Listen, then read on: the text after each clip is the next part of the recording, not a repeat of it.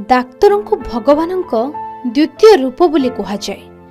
डाक्तरों कथारे ही मनिषर अधा रोग भल हो जाए बोली विश्वास रही। जदि कहार देह असुस्थ किंबा किछि बड़ धरणर रोग होता है तेबे डाक्तरों चिकित्सा द्वारा रोगी संपूर्ण भाव में सुस्थ हो जाए। किंतु एबे डाक्तरों चिकित्सा उपरे प्रश्न उठी। हाँ आज्ञा, एभली एक घटना घटी सुवर्णपुर जिला मुख्य डाक्तरखाना रे। डाक्तरों को भूल इंजेक्शन जोगु रोगी को मृत्यु होइछि बोली अभियोग होइछि।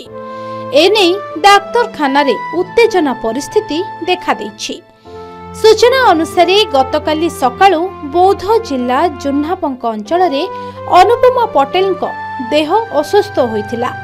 एहा परे परिवार लोके अनुपमा को सोनपुर डाक्तरखाना रे भर्ती करथिले।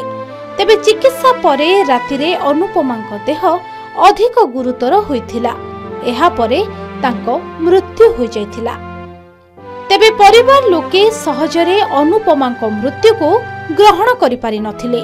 डाक्तरों को भूल इंजेक्शन जोगु महिला को मृत्यु होइथिबा अभियोग करथिले मृतकों को परिवार लोके, जहा फलरे गत रातिरे डाक्तरखाना रे उत्तेजना देखा जाइथिला। परिस्थिति को नियंत्रण रे रखिबा पई डाक्तरखाना रे 2 प्लाटून पुलिस फोर्स मुतयन होइछंती। तेबे पुलिस मृतकों संपर्कों को बुझासुझा करथिला। तेबे मृत महिलांकर एक 8 मासर शिशुपुत्र अछि।